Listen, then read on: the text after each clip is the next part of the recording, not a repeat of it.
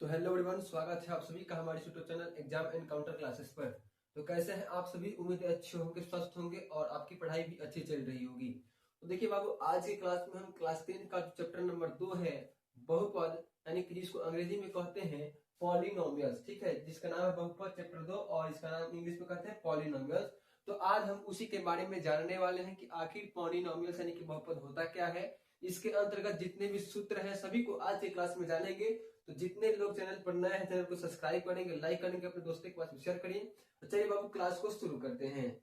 तो देखिए, अब जानते हैं कि आखिर बहुपद क्या होता है, ठीक है, उसके बाद बहुपद के बारे में जानेंगे। तो देखिए, बहुपद क्या होता है बाबू, तो वैसा बीजीय व्यंजक जिसके चर का घात धनात्मक हो बहुपद कहलाता है।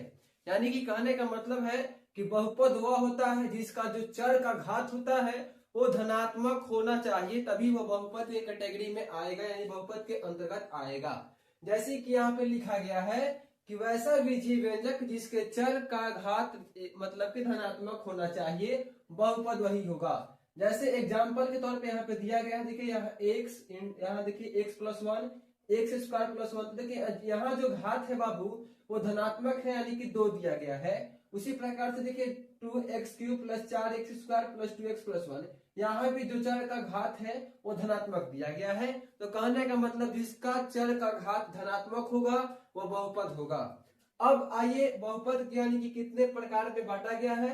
तो बहुपद को बाबू 2 आधार पर बांटा गया है। कितने आधार पर? 2 आधार पर। पहला है आपका पदों के आधार पर और दूसरा है आपका घातांक के आधार पर। यानी कि बहुपद को 2 आधार पर बांटा गया है। पहला आपका है पदों के आधार पर और दूसरा आपका है घातांक के आधार पर। यानी कि पद यानी कि पद के आधार पर 3 प्रकार हैं, एक पदी, द्विपदी, त्रिपदी। उसी प्रकार से घातांक के आधार पर भी 3 है, यानी कि रैखिक बहुपद, द्विघात बहुपद और त्रिघात बहुपद। तीनों यानी कि दोनों के 3-3 टाइप है। तो चलिए उसको भी हम जानते हैं। सबसे पहले हम जानेंगे बाबू पदों के आधार पर इसको कितने प्रकार में बांटा गया है। तो चलिए हम पदों के आधार पर जानते हैं। अब देखिए, पद के आधार पर बाबू इसको 3 प्रकार में बांटा गया है, 3 प्रकार के, ठीक है। देखिए यहाँ पर दिया गया पदों के आधार पर। तो पदों के आधार पर सबसे पहला है आपका एक पदी बहुपद, ठीक है। दूसरा है आपका द्विपदी बहुपद और तीसरा है त्रिपदी बहुपद। सबसे पहले हम जानते हैं कि आखिर एक पदी बहुपद किसे कहते हैं। तो देखिए, एक पद वाले बहुपद को एक पदी बहुपद कहते हैं, यानी कि जिसमें एक पद दिया रहेगा, एक टर्म दिया रहेगा। यहाँ आप देखिए एग्जाम्पल के तौर पर दिया गया है एक्स कॉमा, देखिए यहाँ एक्स स्क्वायर 2 आदि, यानी कि जैसे पदों की संख्या 1 होगी उसे हम एक पदी बहुपद कहेंगे। अब देखिए दूसरा है आपका द्विपदी बहुपद। तो द्विपदी बहुपद यानी कि जिसमें दो यानी कि पद होगा। 2 पद वाले बहुपद को द्विपदी बहुपद कहते हैं, यानी कि जिसमें बहुपद की संख्या यानी पद की संख्या 2 होगी। देखिए यहाँ आप देख सकते हैं x प्लस 1, देखिए x एक पद हो गया और यहाँ 1 दूसरा हो गया, 2 पद दिया गया है। उसी प्रकार से देखिए एक्स स्क्वायर प्लस 2x, तो यहाँ देखिए एक्स स्क्वायर एक पद और 2x एक पद, तो 1 और 1 2, यानी कि जिसमें 2 पद दिया रहेगा उसे हम द्विपदी बहुपद कहेंगे। तीसरा है आपका त्रिपदी बहुपद। तो 3 पद वाले बहुपद को त्रिपदी बहुपद कहते हैं, यानी कि जिसमें पदों की संख्या कितनी होगी बाबू? 3 होगी। आप यहाँ देख सकते हैं x square plus x plus 1, तो इसमें 3 पद दिया गया है, तो ये त्रिपदी है। इसी प्रकार से दिया है x³ प्लस एक्स प्लस 2, इसमें भी 3 पद है, तो ये भी त्रिपदी बहुपद है। जैसे आपके बोर्ड एग्जाम में एक क्वेश्चन आ सकता है, मान लीजिए क्वेश्चन देगा कि x square plus 2x plus 1 ये कौन बहुपद है? एक पदी, यानी कि ऑप्शन में देगा एक पदी, द्विपदी, त्रिपदी, इनमें से कोई नहीं।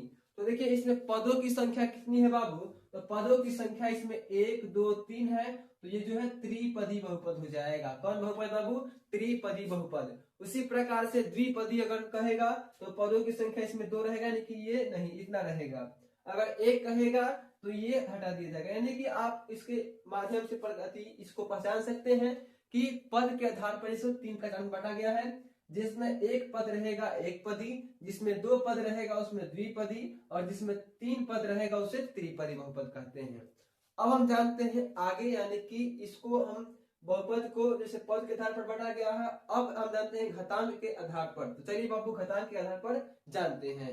अब देखिए बाबू, अब जानते हैं घातांक के आधार पर। ठीक है, घातांक के आधार पर देखिए, घातांक के आधार पर भी इसके 3 प्रकार हैं। पहला जो है आपका एक घातीय या रैखिक बहुपद। एक घातीय को हम रैखिक बहुपद के नाम से भी जानते हैं।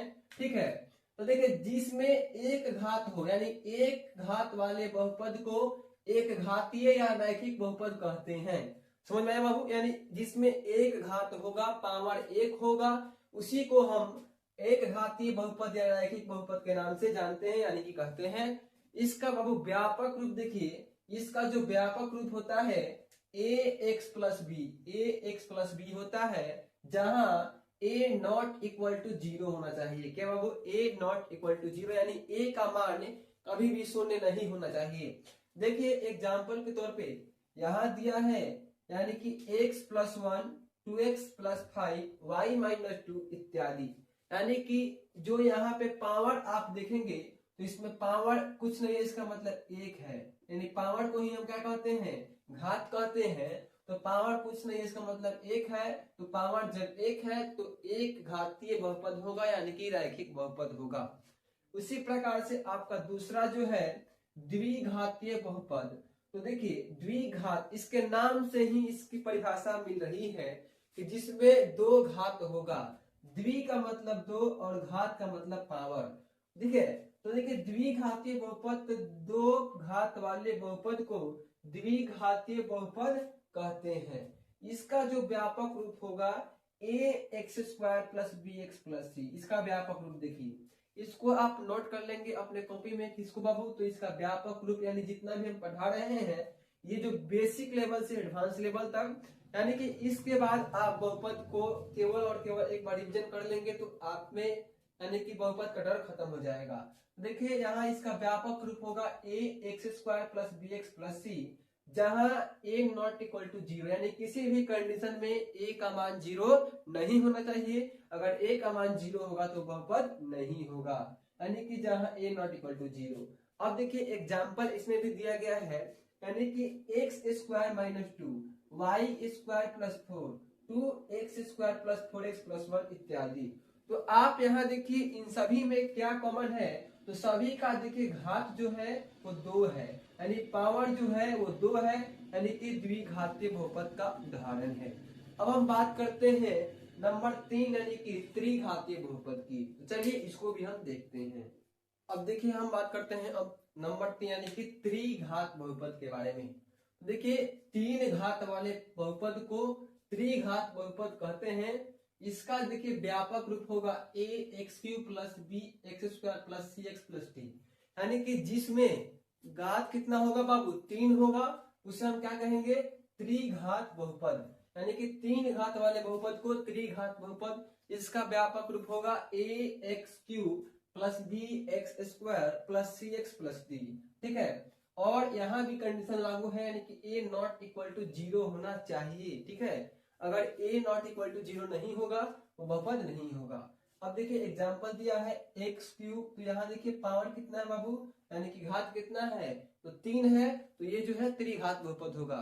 उसके बाद देखिए दिया है x³ प्लस 3x प्लस 1, तो यहाँ भी आप देखेंगे कि यहाँ भी पावर जो है, घात जो है वो 3 है, तो ये भी त्रिघात बहुपद होगा। उसी प्रकार से यहाँ दिया है x³ प्लस 4x प्लस 1, यहाँ भी घात 3 है देखिए, और यहाँ भी घात 3 है, यानी कि सभी के सभी क्या है? तो त्रिघात बहुपद के उदाहरण है। अब हम बात करते हैं नंबर लास्ट, यानी कि 4 नंबर की, यानी कि शून्य घातीय बहुपद। तो शून्य घातीय बहुपद वैसे तो किताब में नहीं दिया गया है, ठीक है, लेकिन हम आपको बेसिकली बता दे रहे हैं। तो शून्य घातीय बहुपद यानी कि वैसा बहुपद जिसके चर का घात शून्य हो। अब देखिए चर का मतलब जिसका मान बदलते रहता है, जैसे कि x y z, और अचर का मान अचर यानी कि जिसका मान नहीं बदलता है, अचर यानी कि 1 2 3 4। तो अचर यानी कि जिसका मान कभी नहीं बदलेगा, और चर का मान यानी कि x y z, जैसे हम गणित पढ़ते हैं तो आपने वहां देखा होगा कि हम मान लेते हैं कि माना कि फला की आयु बराबर x, या माना कि राहुल को हमने x बराबर पैसा दिया, तो हम कुछ भी मान लेते हैं एक्स वाई जेड, तो जिसका मान बदलते रहता है उसी को हम चर कहते हैं। तो देखिए चर यानी कि एक्स वाई जेड। तो देखिए कह रहा है कि वैसा बहुपद जिसके चर का घात, यानी जो घात का मतलब पावर शून्य होगा, वही जो है शून्य घाती बहुपद होगा। मान लीजिए x के पावर 0, इसका मतलब कि इसका आंसर होगा 1। उसी प्रकार से मान लीजिए हम लिख देंगे बाबू कि y के पावर 0, तो इसका भी मान कितना होगा 1 होगा। तो यानी जिसके चर का मान यानी घात होगा 0, वही होगा शून्य घाती बहुपद। यहाँ आप एग्जाम्पल के तौर पर देखिए दिया है 2, 3, 4, 5, यही सब क्या है, तो शून्य घाती बहुपद के उदाहरण है। कैसे देखिए, मान लीजिए हम लिखेंगे 2x के पावर 0 प्लस x के पावर मान लीजिए 0। तो इसका मतलब देखिए यहाँ 2 हो गया गुण x के पावर 0 का मतलब 1, तो 1 हो गया प्लस x के पावर 0 का मतलब 1। तो यहाँ देखिए 2 प्लस 1 बराबर 3। तो यहाँ देखिए शून्य घाती बहुपद का उदाहरण ये दिया गया है। तो हमें उम्मीद है कि आपको बहुपद के यानी कि बहुपद को हमने बताया कि बहुपद किसे कहते हैं। तो वैसा बीजीय व्यंजक जिसके चर का घात यानी कि हमेशा धनात्मक होना चाहिए, उसे हम बहुपद कहते हैं। उसके बाद हमने आपको बताया कि बहुपद को दो आधार पर बांटा गया है। पहला है आपका पद के आधार पर, दूसरा है आपका घातांक के आधार पर। पद के आधार पर तीन प्रकार हैं, एक पदी, द्विपदी और त्रिपदी। ठीक है, उसी प्रकार से घात के आधार पर भी आपके तीन टाइप हैं, एक घातीय बहुपद या रैखिक बहुपद, दूसरा है आपका द्विघातीय बहुपद और तीसरा है आपका त्रिघातीय बहुपद। ये 4 नंबर जो है हम अपने आपसे बताए हैं, यानी कि शून्य घातीय बहुपद। ठीक है, तो हम चलिए आगे अब इसके फॉर्मूला के बारे में जानते हैं क्या कि एक घातीय बहुपद या द्विघातीय बहुपद या त्रिघातीय बहुपद को किस प्रकार से हल किया जाता है। तो चलिए आगे हम चलते हैं। अब देखिए बाबू, बहुपद के अंतर्गत कुछ नोट है यानी कि कुछ निर्देश हैं। यानी कि देखिए नोट यहाँ पे 6 नोट दिए गए हैं, इसको आपको याद रखना ही रखना है। पहला है कि एक घातीय या रैखिक बहुपद का जो आलेख होता है वो सीधी या सरल रेखा होता है। ठीक है, यानी कि हम कहते हैं कि एक घातीय बहुपद का जो आलेख बाबू होता है वो एक सीधी रेखा होता है, यानी कि सरल रेखा होता है इस टाइप का। ठीक है, ये जो है एक घातीय बहुपद का ये जो है ग्राफ है बाबू, आलेख है। तो इसी में यहाँ दिया गया है कि एक घातीय या रैखिक बहुपद का आलेख एक सरल रेखा या सीधी रेखा होता है। उसके बाद 2 नंबर नोट दिया है कि द्विघातीय बहुपद का आलेख उधर्मो या अधोमुखी परवलय के रूप का होता है। परवलय के रूप यानी कि बाबू आपको मालूम होगा, जैसे यहाँ उबड़ खाबड़ ऐसे हम कहते हैं भोजपुरी भाषा में, तो इसी टाइप का होता है किसका, तो द्विघातीय बहुपद का आलेख होता है परवलय, इस टाइप का। ठीक है बाबू, अब देखिए इस टाइप के बाद हम 3 नंबर नोट है कि यदि बहुपद का आलेख एक्स अक्ष को जितनी बार प्रतिच्छेद करेगा तो उतना ही उसके शून्याङ्कों की संख्या होगी। कहने का मतलब है कि जब द्विघात यानी कि बाबू जब द्विघात बहुपद में मान लीजिए कि कोई भी बहुपद है और उसका जो आलेख दिया गया है, मान लीजिए ये जो है ऐसे इसका आलेख है। ठीक है, ये आलेख है, तो इसमें दिया है कि इसका परवलय होता है किसका, तो द्विघातीय बहुपद का बाबू जो आलेख होता है वो परवलय होता है। तो इसमें कहा गया है कि इसमें बाबू यानी कि द्विघातीय बहुपद का आलेख में ये जो जितनी बार एक्स अक्ष को प्रतिच्छेद करेगा यानी कि उतना ही उसकी शून्याङ्कों की संख्या होगी। मान लीजिए कि ये आपका दिया गया है और इसमें आपको कहेगा कि शून्याङ्कों की संख्या बताइए।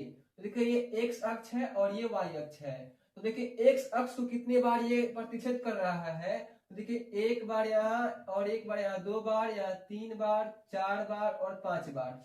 तो इसके शून्याङ्कों की जो संख्या होगी क्या बाबू, शून्याङ्कों की संख्या हो जाएगी आपका 5। ठीक है, मान लीजिए फिर से कहेगा, जैसे इसको मिटा दे रहे हैं बाबू, जैसे कहेगा मान लीजिए इसका एक ग्राफ दे दिया ऐसा और केवल ऐसा दे दिया ऐसा और कहेगा कि इसके शून्याङ्कों की संख्या बताइए। तो यहाँ बच्चे थोड़ा कंफ्यूज होंगे कि सर पहले वाले में तो आपने परवलयकार के रूप में लिखा हुआ था, लेकिन यहाँ तो केवल यू टाइप का लिखा है, यू वर्ड के आकार का लिखा हुआ है, तो कुछ नहीं करना है। देखिए ये एक्स अक्ष है और ये वाई अक्ष है, तो देखिए एक्स अक्ष को यहाँ ये एक बार टच कर रहा है, तो इसके शून्यांकों की संख्या जो होगी बाबू, क्या शून्यांकों की संख्या हो जाएगी आपका 1 हो जाएगा। ठीक है, तो देखिए प्रश्नावली 2.1 जो है इसी के आधार पर बनेगा, यानी आपसे पूछेगा कि इसमें शून्यांकों की संख्या बताइए, उसमें परिवर्तनकार ग्राफ दिया हुआ है। ठीक है, तो घबराना नहीं है, केवल समझकर आपको बना देना है। अब देखिए 4 नंबर आपका नोट है कि एक घातीय या रैखिक बहुपद का एक हल होता है कौन बाबू, अल्फा। देखिए अल्फा को इससे डिनोट किया जाता है। ठीक है, इससे।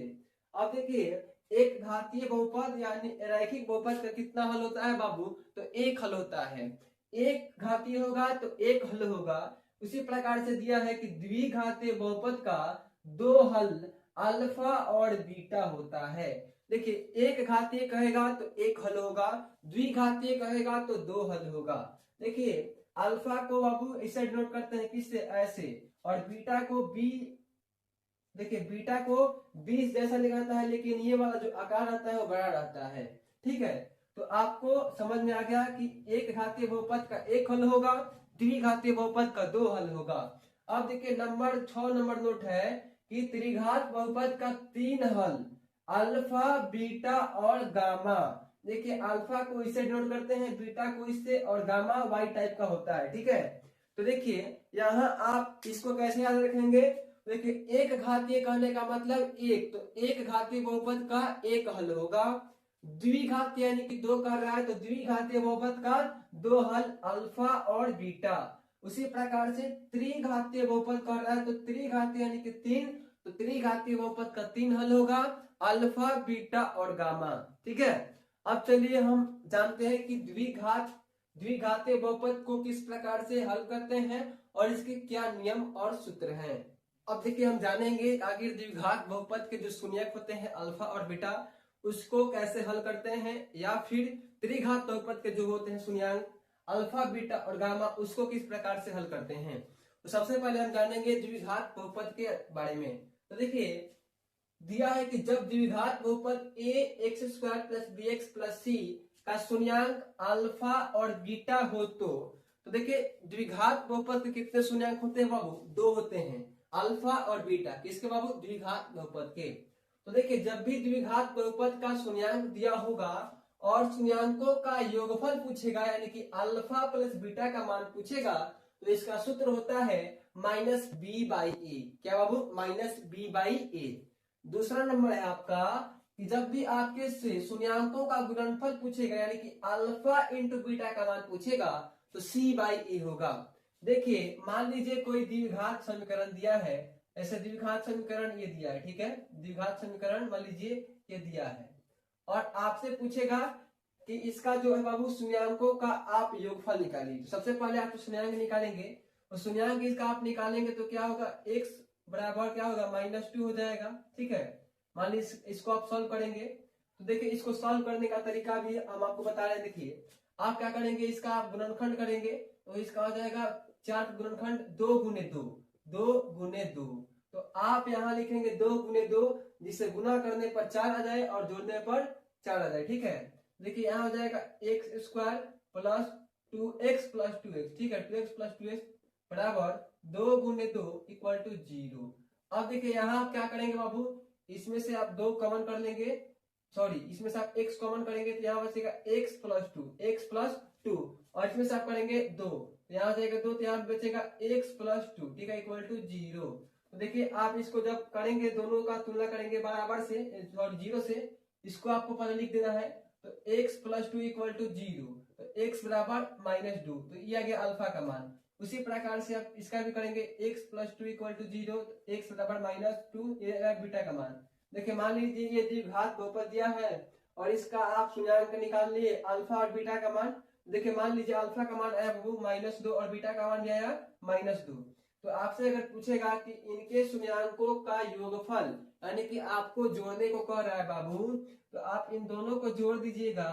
तो देखिए 2 यहाँ है -2 और प्लस फिर -2। ठीक है, तो इसका आंसर कितना आएगा बाबू, तो इसका आंसर आएगा, देखिए यहाँ माइनस हो जाएगा ये वाला, तो -2 तो हो जाएगा इसका 0। अब देखिए हम आपको बता रहे हैं कि इसका आंसर कितना आ गया 0। तो आप इसको -b/a इसका होता है शून्यांकों का योगफल पूछेगा। वहीं आपसे अगर गुणनफल पूछता तो गुणनफल पूछा तो देखिए यहाँ क्या है बाबू, इसका देखिए दिया है गुणनफल अगर पूछेगा तो -2 गुने -2 हो जाएगा आपका 4 हो जाएगा, ठीक है, क्योंकि माइनस में माइनस से गुना करने पर वो प्लस हो जाता है। देखिए 4 आ रहा है, ठीक है, अल्फा प्लस बीटा का मान। तो इसके डायरेक्टली बनाने के लिए ये सूत्र बनाया गया है -b, यानी कि देखिए कितना होगा, -b पूछ कर है तो माइनस, देखिए यहाँ क्या है बाबू, यहाँ क्या है, यहाँ है माइनस, देखिए 4 हो जाएगा, और a का मान यहाँ कुछ नहीं, इसका मतलब है 1 है, ठीक है, 1 तो -4 हो जाएगा, ठीक है।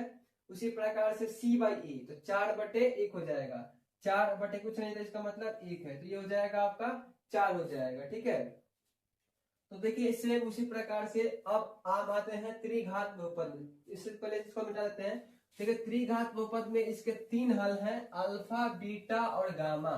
तो अल्फा, बीटा और गामा में जब भी आपसे संबंध पूछेगा, कहेगा कि शून्यांकों का योगफल निकालिए अल्फा, बीटा और गामा का, तो इसका भी सूत्र उसी प्रकार से -b/a। अगर दो दो करके शून्यांकों का गुणनफल पूछे आपसे, तो देखिए यानी कि alpha beta plus beta gamma plus gamma alpha का मान पूछेगा तो c/a हो जाएगा। और आपसे पूछेगा कि शून्यांकों का गुणनफल बताइए, यानी अल्फा बीटा और गामा का मान बताइए, तो -d/a। आइए एक एग्जांपल देकर आपको समझाते हैं। जैसे मान लीजिए कोई त्रिघात बहुपद दिया है 4x³ plus 6x² -9x plus 2, ठीक है। ये मान लीजिए एक त्रिघात बहुपद का उदाहरण है। तो आप देखिए यहाँ जो है ए के जगह पर 4 है, बी के जगह पर 6 है, और सी के जगह पर 9 है, और डी के जगह पर 2 है।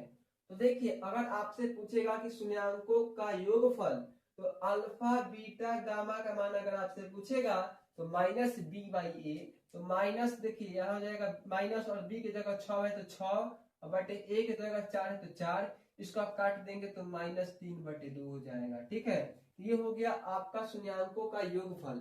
अगर आपसे पूछेगा कि इसका मान निकालिए, यानी कि दो दो करके शून्यांकों का गुणनफल, तो c/a कर देना है। तो देखिए c की जगह -9 है तो -9 बटे a की जगह 4 है तो 4 लिख देंगे। तो ये हो जाएगा आपका दो दो करके शून्यांकों का गुणनफल। और लास्ट जो है आपका शून्यांकों का गुणनफल, तो इसका क्या होता है बाबू, -d/a। तो माइनस देखिए माइनस लिख दीजिए, 2 है यहाँ d की जगह, तो 2 बटे, अब देखिए a है नीचे तो a की जगह 4 है तो 4 लिख देंगे, इसको आप काटेंगे तो -1/2 हो जाएगा। तो इसी आधार पर, इसी फॉर्मूला के सहायता से आप द्विघात बहुपद हो, त्रिघात बहुपद हो, उसके जो शून्यांक के बीच संबंध होता है उसको आप निकाल सकते हैं, ठीक है। अब हम जानते हैं कि जब द्विघात समीकरण के जो है शून्यांक दिए गए हो और उसके सहायता से कहेगा कि द्विघात बहुपद ज्ञात कीजिए। मान लीजिए यहाँ जैसे द्विघात, जैसे मान लीजिए द्विघात बहुपद को एक अल्फा का मान देगा 4 और बीटा का मान दे दिया 5, ठीक है, मान लीजिए शून्यांक दे दिया, तो यहाँ तो आप आसानी से इसका संबंध यानी कि योगफल निकाल ले रहे थे। लेकिन जब आपसे ये कहेगा कि अल्फा और बीटा के सहायता से द्विघात बहुपद निकालिए, तब शायद आपके लिए टफ हो। लेकिन अगर जानते हैं सूत्र, तो आपके लिए कोई भी फॉर्मूला यानी कि क्वेश्चन कठिन नहीं होगा। तो आइए उसको भी हम जानते हैं और प्रयास करते हैं बनाने का। अब देखिए हम जानेंगे बाबू, जब द्विघात बहुपद के शून्यांक दिए गए हो तो उसके सहायता से आप द्विघात बहुपद कैसे निकालेंगे, या फिर जब त्रिघात बहुपद के शून्यांक दिए गए हो तो उसके सहायता से आप त्रिघात बहुपद कैसे निकालेंगे। जैसे एक नंबर यहाँ दिया है कि जब द्विघात बहुपद के शून्यांक दिए हो तो द्विघात बहुपद बनाना। तो यही वो सूत्र है जिसके सहायता से आप द्विघात बहुपद निकाल सकते हैं जब उसका शून्यांक दिया गया हो। मान लीजिए द्विघात बहुपद के शून्यांक अल्फा का मान दे दिया 4 और बीटा का मान दे दिया 2, और आपसे कहेगा कि तो द्विघात बहुपद ज्ञात करें। तो देखिए इस सूत्र के माध्यम से बनाएंगे, यानी कि सूत्र क्या है, x²। तो x² लिख दिए माइनस, ठीक है। अब देखिए अल्फा प्लस बीटा यानी कि इन दोनों को आपको जोड़ देना है। तो अल्फा प्लस बीटा यानी कि 4 प्लस 2 और इंटू देखिए यहाँ x है तो x लिख देंगे प्लस अल्फा इंटू बीटा यानी कि अल्फा और बीटा को गुना कर देना है तो 4 गुने 2। अब इसको आप कैलकुलेट करेंगे तो देखिए एक्स स्क्वायर माइनस 4 और 2 6 एक्स में गुना करेंगे 6x हो गया और प्लस 4 दूना 8। तो यहाँ आ गया ये द्विघात बहुपद। ठीक है। तो अब हम ज्ञात करेंगे बाबू यानी कि द्विघात बहुपद हो गया। अब हम बात करते हैं त्रिघात बहुपद की यानी कि त्रिघात बहुपद के शून्याङ्क दिए हो तो आप त्रिघात बहुपद के यानी कि त्रिघात बहुपद कैसे निकाल सकते हैं। तो आइए इसको भी हम जानते हैं। मान लीजिए ठीक है बाबू, मान लीजिए त्रिघात बहुपद के जैसे कि शून्याङ्क दिया है, अल्फा का मान दे दिया बाबू आपका 2, बीटा का मान आपका दे दिया 8 और गामा का मान दे दिया आपका मान लीजिए 5। ठीक है। और आपसे कहेगा कि आप जो है त्रिघात बहुपद निकालिए। तो देखिए यही सूत्र है, ये वाला सूत्र है। आप दोनों सूत्र को नोट कर लेंगे। देखिए एक्स क्यूब यहाँ पे लिखेंगे एक्स क्यूब माइनस देखिए alpha plus beta plus gamma. तो इसको आपको जोड़ देना है तो 2 plus 3 plus 2 plus 8 plus 5 into x square. ठीक है। अब देखिए प्लस है तो प्लस देंगे इंटू देखिए अल्फा इंटू बीटा तो अल्फा इंटू बीटा को गुना कर देना है तो 2 गुने 8 plus beta into gamma, beta into gamma यानी कि 8 गुने 5 फिर plus gamma into alpha, gamma और अल्फा तो 5 गुने 2 इंटू अब यहाँ x से गुना कर देना है, x हो गया प्लस अब देखिए अल्फा बीटा गामा में गुना कर देना है यानी कि 2 गुने 8 गुने 5। ठीक है। अब इसको आप कैलकुलेट करेंगे तो देखिए एक्स क्यूब हो गया माइनस 2 में 8 देंगे तो 10 और 10 से 5 15 तो 15 एक्स स्क्वायर प्लस अब देखिए इसको आप गुना कर दीजिए, पहले गुना कीजिए उसके बाद जोड़ दीजिएगा। तो देखिए 8 दूना 16 प्लस 8 पंच 40 प्लस 5 दूना 10 हो गया इंटू एक्स प्लस अब इसको आप गुना कीजिएगा तो 8 दूना 16 16 25 80 हो जाएगा। ठीक है। अब इसको आप लिख दीजिए। देखिए x cube minus 15 x square plus इसको आप जोड़ेंगे तो देखिए 40 और 1 50 और 16 66 तो 66 एक्स प्लस 80। तो ये देखिए त्रिघात बहुपद आ गया जिसके शून्याङ्क दिए गए थे उसके माध्यम से हमने त्रिघात बहुपद निकाल लिया। अब देखिए कुछ आवश्यक तथ्य हैं जो आपको याद रखने हैं यानी कि एक घातीय बहुपद का जो अधिकतम मान होता है वो 1 होता है, उसी प्रकार से द्विघातीय बहुपद का अधिकतम मान 2 होता है और लास्ट यानी कि त्रिघात बहुपद का अधिकतम मान 3 होता है। तो आई होप कि इस क्लास में आपको बहुपद समझ में आ गया होगा। ठीक है। तो हमने आपको हर एक तथ्य पे आपको आसानी तरह समझाया, हर एक एग्जाम्पल देकर समझाया। अगर क्लास अच्छी लगी हो चैनल को सब्सक्राइब और लाइक करना ना भूलें। मिलते हैं अगली क्लास में, तब तक के लिए धन्यवाद।